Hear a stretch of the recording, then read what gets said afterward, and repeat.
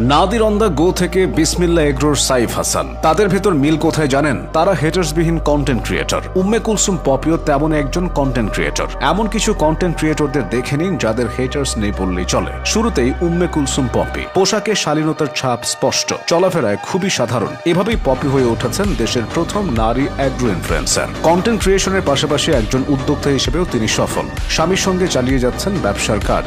রংপুরের প্রত্যন্ত অঞ্চলের মেয়ে পপি ছোটকাল থেকে কৃষি ভিত্তিক এলাকায় বড় হয়েছেন। চারপাশ দেখতে দেখতে স্কুল কলেজের গণ্ডি পেরিয়ে পা রাখেন বিশ্ববিদ্যালয়। কৃষি নিয়ে আগ্রহের জের ধরেই তিনি পড়াশোনা করেছেন রংপুরের বেগম রোকেয়া বিশ্ববিদ্যালয়। পপি উচ্চশিক্ষা নিয়েছেন ভূগোল ও পরিবেশ বিজ্ঞান বিষয়ে। শৈশব থেকেই কৃষি ও কৃষক পপিকে আকৃষ্ট করত। সেখান থেকেই কৃষি নিয়ে কাজ করার আগ্রহ জন্ম নেয়। গ্রাজুয়েশন শেষে চাকরির পেছনে না ছুটে কৃষি এবং কৃষির বিভিন্ন বিষয় নিয়ে আরো পড়াশোনা করেন পপি। তার মতে সবচেয়ে সম্মানজনক পেশা হলো কৃষিকাজ। খামারের গাছগুলো তার কাছে সন্তানের মতো। এই সন্তান ঠিকমতো খাবার অর্থাৎ পানি পেল কিনা চিন্তায় থাকেন সারাক্ষণ। এবারের নামটা বিসমিল্লাহ এগ্রোর সাইফ হাসান। সবাই যখন চাকরির দিকে ঝুঁকেছে, সাইফ তখন খামার করে শান্তি খুঁজে নিয়েছে। একটা পরিবারে যা যা দরকার সাইফের খামারে তার প্রায়